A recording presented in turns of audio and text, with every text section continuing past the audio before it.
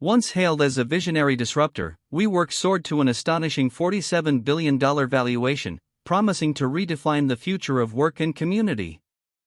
Its charismatic founder, Adam Neumann, became a tech titan, seemingly embodying the spirit of Silicon Valley innovation. Yet, beneath the veneer of vibrant co-working spaces and bold declarations, a fragile business model, questionable governance, and a culture of hypergrowth at any cost were steadily accumulating. This meteoric rise and catastrophic fall serves as a potent cautionary tale, exposing the perils of unchecked ambition and the sometimes illusory nature of venture capital valuations. How did a company built on leasing office space convince the world it was a tech unicorn? Adam Neumann's vision for WeWork extended far beyond simply renting desks. He pitched a holistic community and belonging experience, aiming to create a global network where people make a life, not just a living. This powerful narrative captivated investors, blurring the lines between a traditional real estate landlord and a transformative tech company. Neumann believed he was selling an ethos, not just square footage, leveraging the allure of shared experiences and a vibrant culture. This ability to articulate a grand, almost spiritual, purpose for a real estate business was key to attracting early believers and significant capital. At its core, WeWork's business model was deceptively simple, yet inherently risky: lease large office spaces long-term from landlords, then renovate and sublease them short-term to startups, freelancers, and enterprises. This lease arbitrage model relied on maintaining high occupancy rates and a healthy spread between long-term lease costs and short-term sublease revenues. The problem? It was capital-intensive, required constant growth to mask operating losses, and was acutely vulnerable to economic downturns or shifts in demand for office space. This wasn't innovation, it was a glorified real estate play disguised with modern aesthetics. Early success and a compelling narrative allowed WeWork to attract enormous venture capital funding.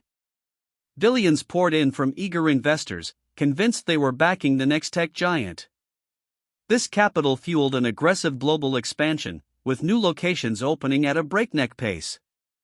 WeWork's valuation soared, driven by the promise of network effects and a seemingly insatiable demand for flexible workspaces. The venture capital model, prioritizing growth over profitability, enabled Neumann to scale rapidly, postponing the need to demonstrate sustainable earnings, a decision that would ultimately prove fatal for the company's financial health. The single most influential backer was SoftBank, led by its enigmatic founder, Masayoshi Son. Son, known for his visionary bets on founders, saw WeWork as a generational opportunity.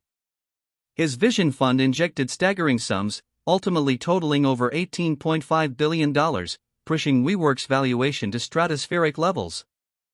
Son famously told Neumann to think bigger, encouraging even more aggressive expansion. This influx of capital, however, came with immense pressure for relentless growth, creating a dynamic where financial discipline often took a backseat to scaling operations globally, regardless of the underlying profitability.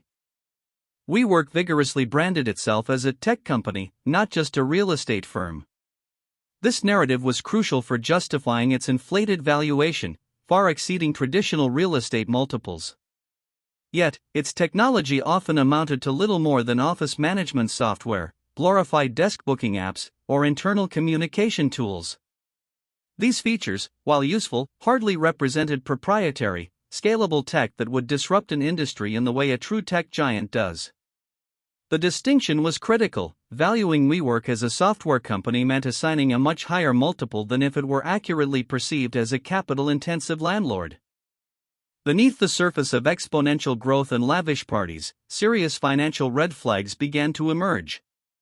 WeWork consistently reported massive, unsustainable losses, burning through billions of dollars faster than it could generate revenue. The company's financial statements revealed an alarming disconnect. Despite increasing occupancy rates, the costs associated with renovating and operating its expanding portfolio of properties far outstripped its income. This high burn rate meant WeWork was in a perpetual state of fundraising, relying on external capital to stay afloat, a precarious position for any company seeking long-term stability. Adam Neumann's leadership was plagued by alarming corporate governance failures and blatant self-dealing. Instances included selling the We trademark to WeWork for $5.9 million, owning properties that WeWork then leased from him, and securing personal loans from the company. His erratic behavior, from private jet usage to tequila-fueled meetings, underscored a profound lack of corporate oversight. These conflicts of interest, coupled with his absolute control over the company through super-voting shares, painted a picture of a founder prioritizing personal enrichment over shareholder value, eroding investor trust. By January 2019, riding on SoftBank's enthusiastic support and the broader tech market's euphoria, WeWork reached its astonishing zenith, a $47 billion valuation. This placed it among the world's most valuable startups, seemingly validating Newman's audacious vision. The narrative was powerful, a company transforming an archaic industry, fueled by community and technology. This peak valuation represented the ultimate triumph of hype over fundamentals, a moment where investor belief in the disruptor narrative completely overshadowed conventional financial metrics, creating an intoxicating environment for both the company and its primary backer. The turning point arrived with WeWork's S-1 filing in August 2019, a mandatory public document for companies intending to go public. This filing, intended to showcase WeWork's strengths, instead laid bare its deep-seated problems. Investors scrutinized the details: massive losses, convoluted financial structures, and the egregious corporate governance issues surrounding Newman.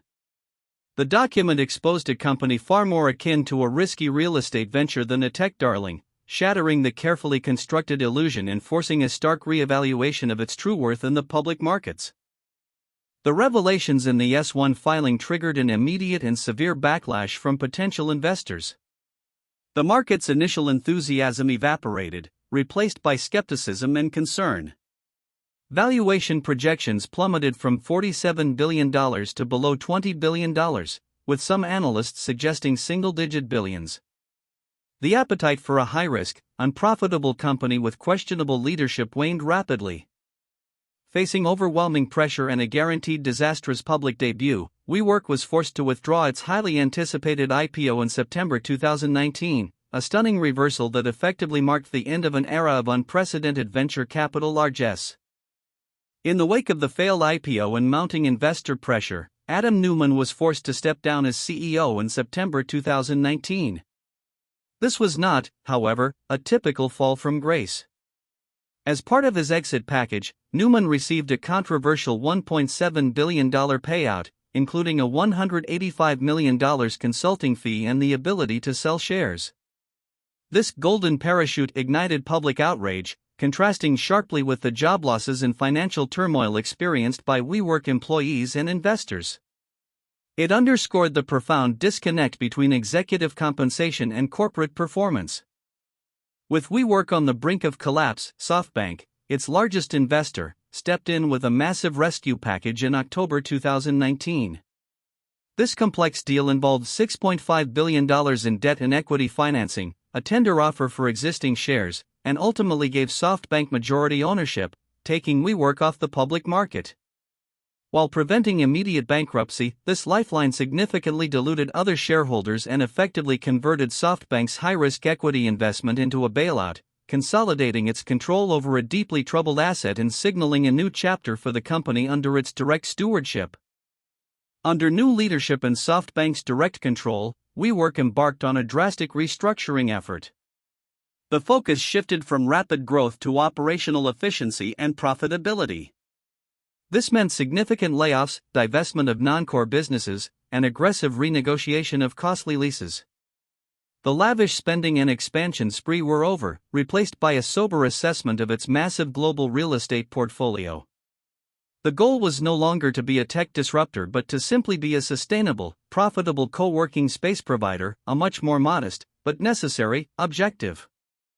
Despite the earlier humiliation, WeWork attempted a return to the public markets in 2021, this time through a SPAC, Special Purpose Acquisition Company, merger.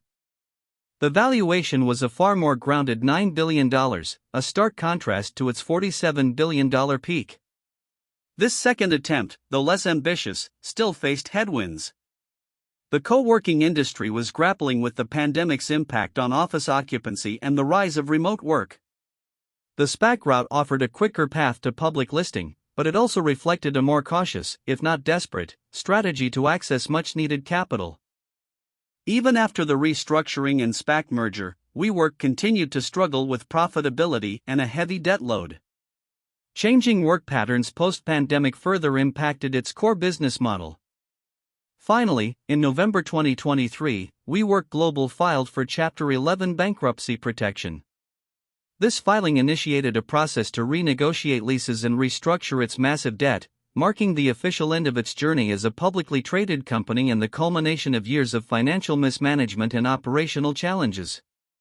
The bankruptcy ensures the company can shed burdensome leases and reset its financial structure.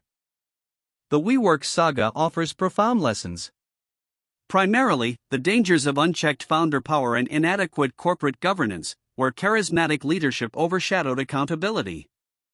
Secondly, it highlighted the perils of venture capital's growth at all costs mentality, which can inflate valuations far beyond fundamental reality. Finally, it underscored the critical distinction between a truly innovative tech company and a traditional business applying modern aesthetics. WeWork serves as a stark reminder that even the most compelling narratives cannot indefinitely defy economic gravity or sound business principles. Ultimately, WeWork's journey is a cautionary tale for investors, founders, and the venture capital ecosystem alike. It exposed the vulnerabilities of the unicorn model and the potential for a narrative to overwhelm due diligence.